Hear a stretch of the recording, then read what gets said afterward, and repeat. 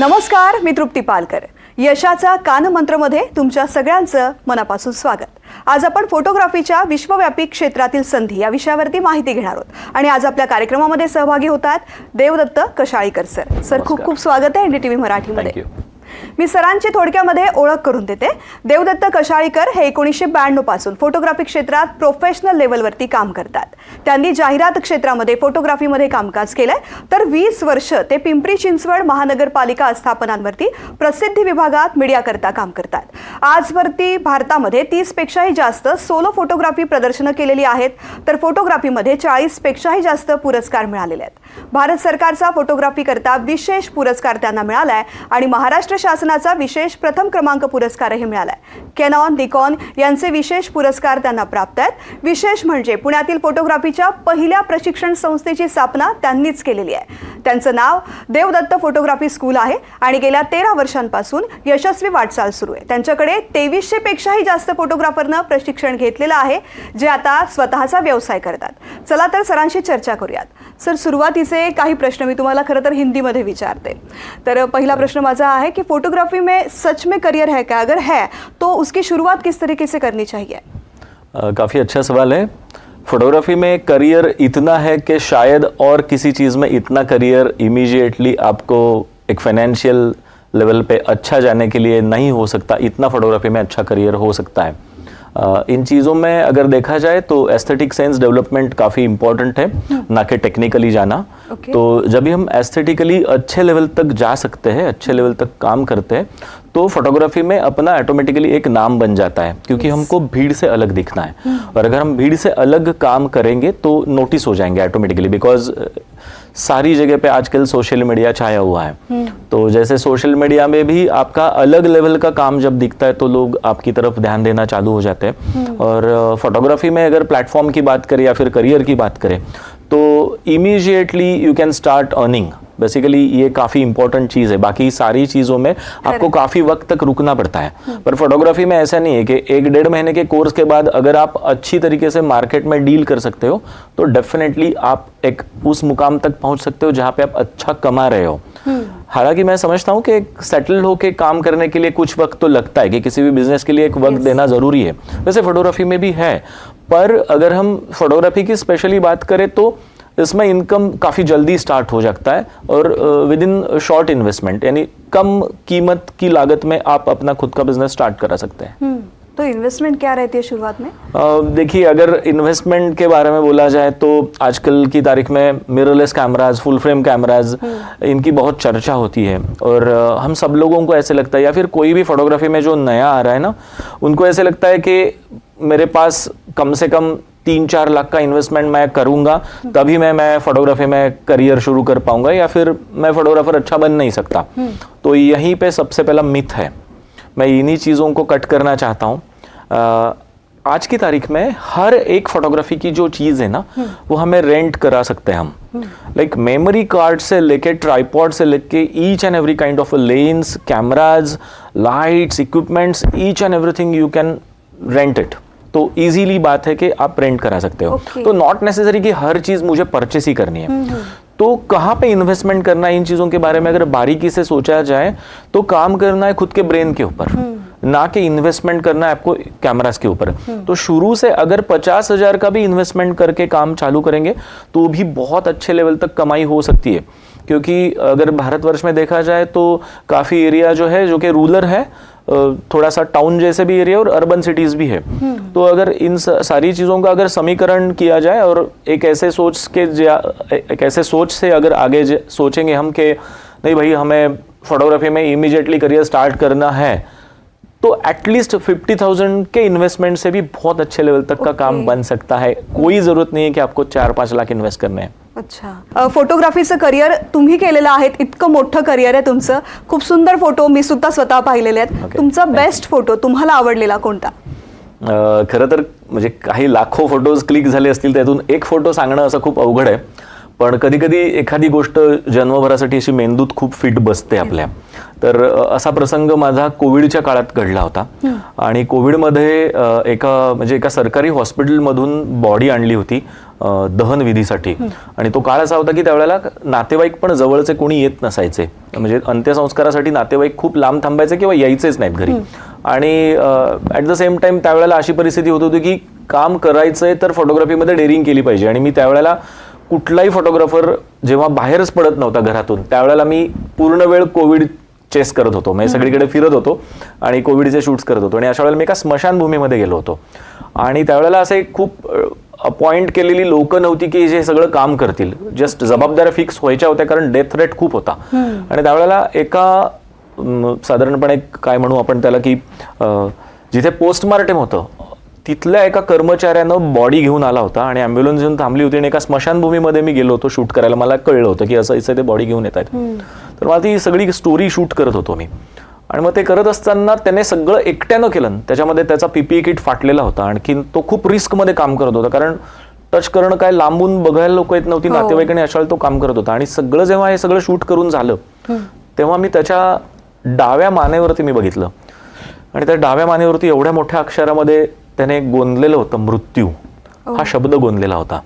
आणि जेव्हा मी तो फोटो क्लिक केला माझी स्टोरी तिथे कम्प्लीट पण झाली. आणि त्या स्टोरीला खूप सारे अँगल्स मिळाले अचानक. आणि ती स्टोरी खूप मोठ्या लेवलला पब्लिश झाली ऑल ओव्हर इंडिया. म्हणजे त्याने मृत्यूशी असा सामना केला होता आणि मृत्यू अशा पद्धतीने स्वीकारला होता की फक्त पोस्टमार्टम विभागात काम करणारा कर्मचारी म्हणून तो राहिला नव्हता की तो सगळ्या प्रोसेसमधून कोविडच्या जात होता. आणि त्याने हे ठरवलं होतं की वास्तव स्वीकारलं होतं. आणि त्याने ते मानेवरती कोणी मृत्यू असं गोंदवत नाही. सो ती इमेज जी मी क्लिक केली ती माझ्यासाठी जन्मभरासाठी लक्षात राहणारी इमेज होती. आणि म्हणूनच म्हणतात की प्रत्येक फोटो एक स्टोरी सांगत असतो. येस, नक्कीच. आणि तो तसा सांगणारा असावा जास्त मजा येते. सर, आर्ट अवेअरनेस बद्दल तुमचं काय मत आहे मग? हा, हे खूप खूप छान प्रश्न आहे हा. आणि आर्ट अवेअरनेस मध्ये जर बोलायचं झालं तर आर्ट अवेअरनेस हा असा एक विषय आहे की ज्याच्यावरती आपल्याकडे शालेय जीवनापासून ते पुढे कधीच कामच होत नाही.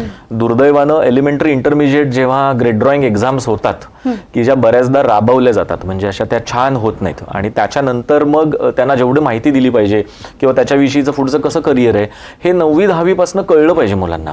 दुर्दैवानं हे सांगतच नाहीत कोणी. म्हणजे ते स्कूल्समधून सांगितलं जात नाही, ते कॉलेजेसमधून सांगितलं जात नाही, ते 11वी-12वी मध्ये तर काही संबंधच येत नाही. वेगळंच विश्वास गेलेली असतात मुलं.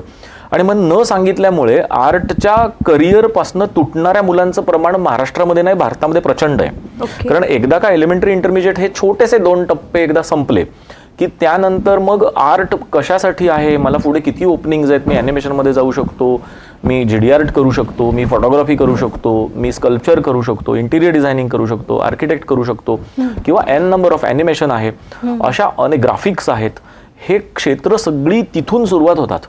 आणि तिथे तो पोर्शन जर कट झाला तर मला असं वाटतं की आर्ट अवेअरनेसवरती प्रचंड काम होणं गरजेचं आहे की जे अजिबात होत नाहीये आता. सर, तसाच आणखीन एक प्रश्न आणि अनेकांच्या मनामध्ये असलेला हा भ्रम आहे खरं तर की फोटोग्राफी म्हटलं की फक्त वेडिंग फोटोग्राफी, लग्नात जाऊन फोटो काढायचे. मात्र खरंच भारतामध्ये या फोटोग्राफीमध्ये करिअर आहे? येस, खूप छान प्रश्न आहे. पुन्हा एकदा करिअर म्हणाल तर फोटोग्राफीमध्ये पटकन डोळ्यासमोर येतं जे पारंपरिक म्हणजे कुठलेही पेरेंट्स पण म्हणतात तू काय वेडिंगमध्ये जाऊन काम करणार आहेस का किंवा तू काय कोणाच्या लग्नात जाऊन फोटोग्राफी करणार आहेस का, तो कशाला येतोयस. पण ऍक्च्युली जर अगदी म्हणजे जुना एक सर्वे जरी बघितला तर ते किती मोठं आहे त्याची व्याप्ती थोडा प्रश्नाला मी थोडा वेळ घेईन जास्त सांगायला. कारण वेडिंग फोटोग्राफी हे खूप बिगेस्ट करिअर आहे. म्हणजे ह्याचं उत्तर जर आपण बघितलं शोधलं तर लक्षात येतं की सगळ्या मल्टीनॅशनल ब्रँड्स जे आहेत फोटोग्राफी इक्विपमेंट्स आणि फोटोग्राफी कॅमेरा बनवणारे यांची सगळ्यात मोठी बाजारपेठ भारत आहे आता. तर त्याच्या कारणांमधलं एक कारण आहे की फोटोग्राफीमध्ये वेडिंग हा एक मोठा सेक्टर काम करतोय. पण मागच्या 30 वर्षापासून त्याच्यामध्ये प्रचंड मोठे बदल घडलेले आहेत. म्हणजे आपल्याला कुठल्याही ब्रँडची जी ओळख होते किंवा कुठलीही गोष्ट सर्व्हिस घेतो आपण एखाद्या ब्रँड परचेस करतो तो कशामुळे कळतो, तो बिकॉज ऑफ ॲडव्हर्टायझिंग कळतो. आणि ॲडव्हर्टाईज कशामुळे कळते तर ॲडव्हर्टाईज आपल्याला कळते ती फोटोग्राफमुळे कळते किंवा व्हिज्युअल्समुळे कळते. मग हे व्हिज्युअल कोण करतं, फोटोग्राफर करतं. म्हणजेच लग्नापेक्षा जास्त कितीतरी मोठ्या पर्सेंटेजमध्ये ॲडव्हर्टायझिंग वर्ल्ड काम करतोय आणि त्याच्यामध्ये पुन्हा फोटोग्राफी आहेच. अपरिहार्य ठिकाणी आहोत आपण, की जिथे फोटोग्राफ आणि व्हिज्युअल शिवाय काम होऊ शकणार नाहीये.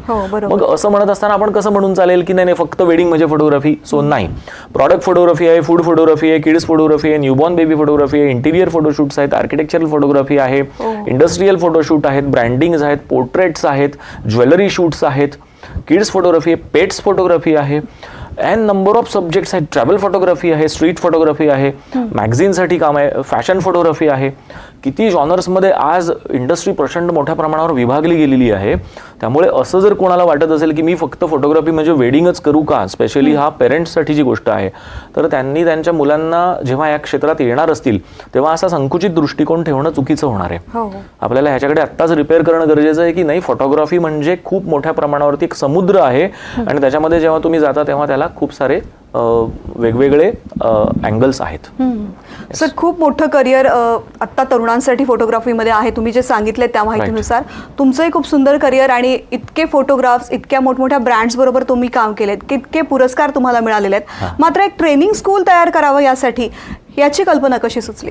येस, जेव्हा फोटोग्राफर किंवा एक आर्टिस्ट म्हणून जेव्हा आज समाजामध्ये जातो तेव्हा दुर्दैवानं भारतामध्ये तू कोण आहेस असं विचारल्यानंतर फोटोग्राफर असं सांगताना त्याची मान उंचावली पाहिजे, त्याला असं छान फिलिंग आलं पाहिजे आणि ते कुठेतरी येताना दिसत नव्हतं. मी पण गव्हर्नमेंटसाठी जेव्हा काम करत होतो किंवा त्या ओव्हरऑल त्या विषयामध्ये जेव्हा काम करत होतो तेव्हा असं मला एक वाटलं की ही कुठेतरी दबली गेलेली एक गोष्ट आहे. म्हणजे याच्यामध्ये असं झालं पाहिजे की अभिमानानं मान उंचावून सांगितलं पाहिजे आणि ते दिसत नव्हतं.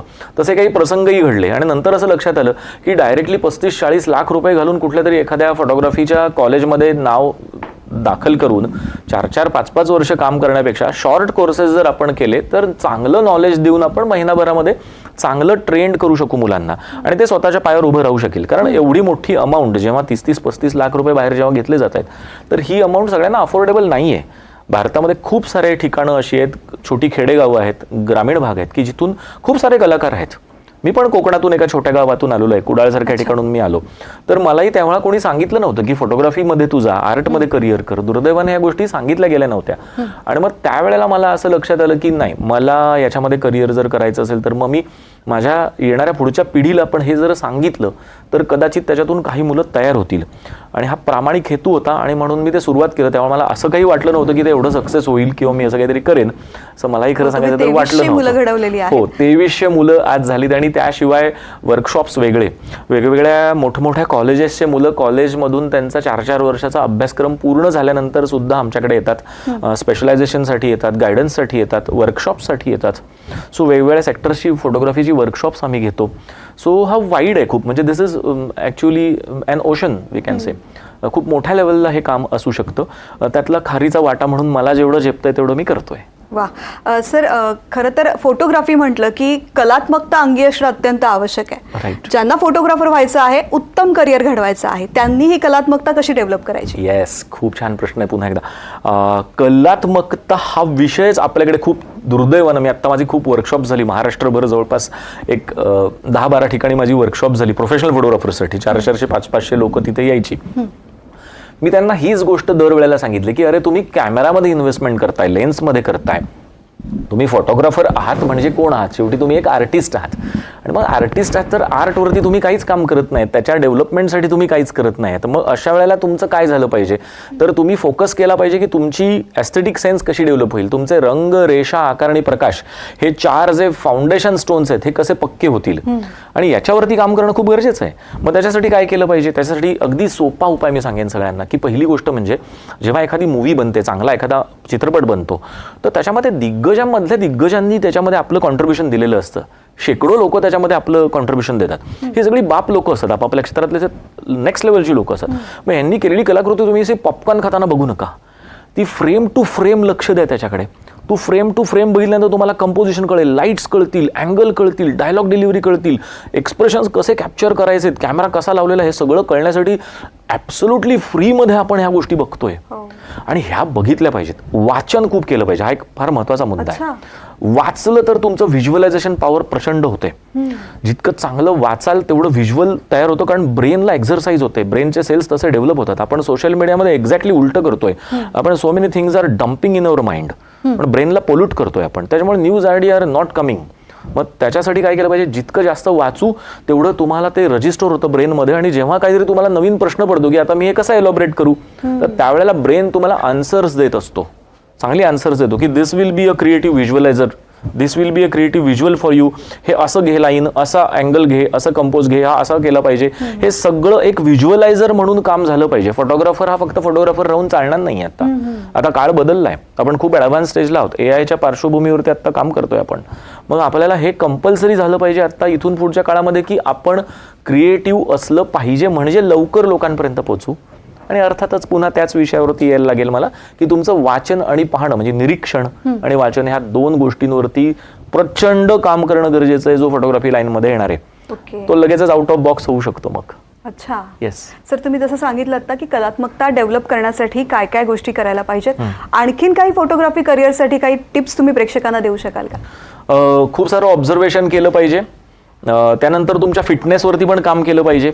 निरीक्षण तर खूप पाहिजेच. चांगल्या कॅमेऱ्यांकडे जाण्यापेक्षा चांगल्या कपॅसिटी असलेल्या लोकांकडे, पेईंग कपॅसिटी कोणाची आहे, आपण आपला क्लायंट कोण आहे ह्याच्याकडे आपण सपशेल दुर्लक्ष करतो. सो क्लायंटकडे फोकस करणं खूप गरजेचं आहे. म्हणजे चांगली फोटोग्राफी मला येते, मला चांगलं सगळं करता येतंय, पण मी माझे क्लायंट्सच तसे नाही आहेत, तर हा खूप हिडन गोष्ट आहे ही. तर याच्याकडे बघितलं पाहिजे, या विषयावरती काम केलं पाहिजे. म्हणजे त्रिसूत्री आहे की चांगले क्लायंट्स तुम्ही करा, चांगल्या लोकांबरोबर भेटा, बोला, भरपूर चांगलं वाचन करा, आणि 5% टेक्निकल आहे फोटोग्राफी फक्त. म्हणजे मी असं म्हणेन की फोटोग्राफी ही फक्त 5% टेक्निकल आहे, 95% इट्स अ क्रिएटिव्ह गेम. आणि ती गेम जर आपल्याला चांगली खेळायची असेल तर डेफिनेटली या गोष्टींकडे लक्ष देणं खूप गरजेचं आहे. सर, मग आता मला हा प्रश्न पडलाय की कोणत्या प्रकारची फोटोग्राफी ही सगळ्यात उच्च दर्जाची मानायची? आता हा प्रश्न असा आहे की आता बघा, मी मगाशीच म्हणलं जवळपास एक 12-14 प्रकार फोटोग्राफीचे जे आता खूप प्रसिद्ध झाले, तर मोठी यादी सांगितली. पण त्याच्यामधून मी फिल्टर करून सांगेल की म्हणजे जिथं कलाकाराचा कस लागतो, आता मी फोटोग्राफर म्हणून नाही बोलणार आहे, आता मी म्हणेल की तो कलाकार आहे, शेवटी तो आर्टिस्ट आहे. सो आर्टिस्ट म्हणून जर आपल्याला बघायचं झालं आणि ह्या विषयाकडे जर लक्षात घ्यायचं झालं तर 3 मुख्य प्रकार येतात की ज्याच्यामध्ये कस लागतो, म्हणजे ताकद काय आहे तुमची ती दाखवून द्या. तर ती ताकद कुठे कुठे लागते? एक, ट्रॅव्हल फोटोग्राफी. फोटो जर्नलिझम हा पहिला विषय आहे की जिथे तुम्ही फोटो जर्नलिझममध्ये जाऊन स्वतःला सिद्ध करावं लागतं, कारण अनप्रेडिक्टेबल थिंग्समध्ये काम करताय. दुसरी आहे ट्रॅव्हल फोटोग्राफी, आणि तिसरी आहे स्ट्रीट फोटोग्राफी. आता स्ट्रीट फोटोग्राफीमधून इमिजिएट उत्पन्न नाही मिळणार आहे तुम्हाला, पण being a photographer, being an artist, being a creative person जर तुम्हाला दाखवून द्यायचं आहे की मी काय लेवलला थिंकिंग करू शकतो, चल माझा फोटो बोलणार आहे, तर त्यावेळेला मी सांगेन की स्ट्रीट फोटोग्राफी. कारण तिथं रिटेक नाही आहे, तिथं एव्हरीथिंग इज अनप्लॅन्ड, कुठल्या क्षणाला काय घडेल सांगता येत नाही, आणि जग तिथून जात असतं. आणि एक उत्तम दर्जाचा फोटोग्राफर एका सेकंदामध्ये तो क्षण असा टिपून निघून जातो, आणि तो क्षण खूप ग्रेट लेवलचा असतो की जिथे खूप सारी स्टोरी सांगून जातो. मग तिथं खरी कस लागते, तिथे खरा कस लागतो की फोटोग्राफर काय लेवलचा आहे, त्याचा विचार, मेंदू आणि त्याच्या ॲक्शन्स, अँगल, कंपोजिशन्स, लेन्सेस आणि टेक्निकल थिंग्स ह्या विदिन अ सेकंद तो त्याच्यामध्ये आणतो, आणि त्याच्यानंतर त्याला ती खतरनाक मुवमेंट टिपता येते. सो तो ग्रेट असं मी मानतो. बाकी सगळं प्लॅन्ड आहे. वेडिंगमध्ये तुम्हाला रिटेक आहे, फॅशनमध्ये तुम्हाला रिटेक आहे, फॅशनमध्ये तुम्हाला खूप सारा प्लॅनिंग आहे. फूड फोटोग्राफी, प्रॉडक्ट फोटोग्राफीला तुम्हाला निवांत बसून विचार करून मग शूट करायचं आहे. इथं नाही आहे तसं काही, एका सेकंदामध्ये तुम्हाला ते करून यायचं आहे. मग इथे जो फोटोग्राफर काम करतो, म्हणजे स्ट्रीटमध्ये काम करणारे जे कोणी मोठी माणसं आहेत, यांना मी 100% सॅल्यूट करू शकेन, आणि केलाच पाहिजे. तर प्रत्येक फोटोग्राफरनं ह्यांचं काम बघितलं पाहिजे जर त्यांना ॲस्थेटिकली डेव्हलप व्हायचं असेल तर. म्हणजे ॲस्थेटिक सेन्स डेव्हलपमेंट करण्यासाठी ही गोष्ट खूप गरजेची आहेच आहे, पर्याय नाही त्याला काय. सर, तुम्ही आता सांगितलं कशा प्रकारे फोटोग्राफीमध्ये करिअर करता येऊ शकेल, मात्र तुम्ही आता उल्लेख केलात एआयचा. एआयमुळे आता प्रत्येक क्षेत्रामध्ये धोका निर्माण झालेला आहे, आणि जागतिक स्तरावरती फोटोग्राफीमध्ये सुद्धा एआयचा धोका निर्माण होऊ शकतो का? धोका असा शब्द त्याला मी नाही वापरणार आहे. धोकाच्या ऐवजी मी असं म्हणेन की एआयशी मैत्री करणं गरजेचं आहे. म्हणजे जेव्हा आपण कम्प्युटरच्या युगामध्ये आलेलो होतो आणि कम्प्युटर जेव्हा आपण चालवत होतो, तेव्हा असं बऱ्याचदा आपल्याला वाटत होतं की मला काय जमणार आहे, काय भीती वाटते, मला नको करायला, यार माझं एक क्षेत्र नाहीये, मी आपले फोटोज काढीन. म्हणजे माझ्या बाबतीत पण असं झालं होतं की मी प्रचंड खूप उशिरा कधीतरी इंस्टाग्रामला आलो. देवदत्त _फोटोग्राफी_स्कूल नावानं माझा जो आयडी आहे, खूप प्रचंड लेट आलो. मला स्टुडंट्सनी सांगितलं, सर या इकडे, तुम्ही आता चालू करा तुमचा इंस्टाग्राम, आणि नंतर मी आलो. तर मग ते कुठेतरी एक मनामध्ये भीती असते ती की मला जमेल की नाही. सो इथंच खरा प्रॉब्लेम येतो. एआयशी दोस्ती करणं गरजेचं आहे, एआय कडून कामं करून घेणं गरजेचं आहे, डेफिनेटली तुम्हाला क्लायंट्सला लवकर काम देणं, मल्टिपल लेवलला खूप काम करणं, त्याच्यानंतर व्हरायटी देणं, ह्या सगळ्या गोष्टींसाठी AI तुम्हाला मदतच करणार आहे. कारण AI फोटोग्राफरचा मित्र आहेच आत्ता. तो त्रास देणार आहे कुठे, की तिथे खूप सारे जॉब्स जाणार आहेत असं आपल्याला वाटतं, पण जर आपण त्याला जवळ केलं आणि आपण त्याच्या माध्यमातून जर वापर केला, म्हणजे AI आपला वापर करतो हे आपण ऐकतो, पण मग आपण AIचा वापर केला पाहिजे ना कुठेतरी. बरोबर. आपण जर वापर करायला लागलो तर आपण खूप साऱ्या कस्टमर्सला चांगली सर्व्हिसेस देऊ शकू, कारण त्यांच्या कामाचा तो भाग नाहीये. तो एका फोटोवर, म्हणजे थोडक्यात सांगायचं तर फोटोग्राफरनं फोटोग्राफर म्हणून फक्त राहिलं नाही पाहिजे. त्याचं बिहेवियर आहे जे, त्याचं वागणं, बोलणं, त्याचं समाजात काम करणं, त्याचं क्लायंटशी अप्रोच करणं, हे सगळं एका ॲड एजन्सी सारखं झालं पाहिजे. ही काळाची गरज आहे आता. त्याने फक्त मी बॅग घेतली, मी जाऊन फोटो काढून आलो, हे दिवस कधीच्या काळात संपलेले आहेत. 30 वर्ष झाली आहे संपून. आता तरी जागं झालं पाहिजे. आणि म्हणजे he should behave like a ad agency, की मी एक ॲड एजन्सी आहे, स्वतःच एक ॲड एजन्सी, आणि मी ते सगळं करणार आहे. तुम्हाला पाहिजे ते मी देणार आहे. तुम्हाला कंटेंट देणार, मी व्हिज्युअल्स देणार, व्हिडिओज देणार, तुम्हाला सगळं थीम देणार, स्क्रिप्ट देणार. हे घेऊन जर तो फोटोग्राफर चालला तर त्याला प्रचंड काम आहे. आणि मी जाऊन फक्त बॅग घेऊन मी दिलेली असाइनमेंट करून येईन म्हटलं तर कदाचित त्याला अडचणी येऊ शकतील. अशा दिवसांमध्ये आता आपण चाललोय. ओके सर, फोटोग्राफर म्हणजे एक कलाकार असतो. हो. आणि ती कलाकृती लोकांना कशी भावते याच्यावरती पुन्हा त्याचं पुढे करिअर अवलंबून असतं. नक्कीच. एक कलाकार म्हणून, एक फोटोग्राफर म्हणून काही फोटोंनी किंवा एकूणच या करिअरने तुमच्या आयुष्यात काय बदल केले? फोटोग्राफ्स बघितल्यानंतर खरं सांगायचं तर असं असतं, म्हणजे जेव्हा आपण एखादा फोटो काढतो तेव्हा त्याची एक प्रोसेस असते. ती प्रोसेस कशी सुरू होते तर आपण समजा ठरवलं की उदाहरणार्थ मला आत्ता जाऊन वाराणसीमध्ये एक गंगेची आरती शूट करायची, हे एक प्रसंग पकडू आपण, आणि मला तो ठरवला. तर ते कुठे ठरलंय? घरात ठरलंय. का ठरलंय? मी ते ड्रीम केलंय. मग मी त्याच्यानंतर मग ते मी तिकिटिंग करतो, मग मी हॉटेल बुक करतो, मग अमुक करतो, मग ते प्रवास करतो, तिथपर्यंत पोहोचेपर्यंत ध्यास असतो की माझ्या डोक्यामध्ये काय आहे, मला गंगा आरतीचा एक मस्त वाईब्स आहेत ते मला मिळवायचे आणि एक सुंदर इमेजेस मला पाहिजेत. हां, मग मी त्या इमेजेस मिळवत असताना मी सरळ काय करणार आहे की मी हे सगळं ड्रीम करत करत करत करत जातोय. तिथं गेल्यानंतर लक्षात येतंय की अरे घाटावरती प्रचंड गर्दी आहे, मला उभं राहायला पण जागा नाही. असं करता करता करता हळूहळू अशी ती वेळ येते आणि त्याच्यानंतर मला असा एक पीक पॉईंट मिळतो की त्यावेळेस सगळी छानपैकी पाकळ्या उधळलेल्या आहेत आणि मागे असा स्मोक आहे, त्यांच्या हातामधील धुपारतीचा असा स्मोक येतोय आणि मला ती मुवमेंट कॅप्चर करायची. आणि लोकांचे भावविवश झालेले असे डोळे आहेत त्याच्यामध्ये, आणि तो सगळा असा मॉब आणि ती सगळी लोक असं मला टिपायचं एका फ्रेममध्ये आलं पाहिजे. तर तिथपर्यंत माझं कॉन्सन्ट्रेशन असं फुल झालेलं असतं. आणि ज्या वेळेला माझी shutter speed, aperture, ISO, framing, lenses हे सगळं गणित जमतं आणि जेव्हा मी तो फोटो काढतो आणि जेव्हा मला तो फोटो मिळतो तेव्हा असं वाटतं की माझं मेडिटेशन कंप्लीट झालंय. आतमध्ये असा सुकून मिळतो, आनंद मिळतो. So this is not only photography. हे फक्त करिअर नाहीये, हे एक मेडिटेशनचं उत्तम साधन आहे असं मला वाटतं या ठिकाणी. सर, तुम्ही कार्यक्रमामध्ये सहभागी झालात आणि फोटोग्राफीमध्ये कशा प्रकारे उत्तम करिअर होऊ शकतं याचं सुंदर मार्गदर्शन तुम्ही आमच्या प्रेक्षकांना केलं. तुम्ही कार्यक्रमात सहभागी झालात याबद्दल खूप खूप आभार. Thank you so much ma'am. Thank you NDTV. तर यशाचा कानमंत्र या कार्यक्रमामध्ये आता वेळ झाली इथेच थांबायची. नमस्कार.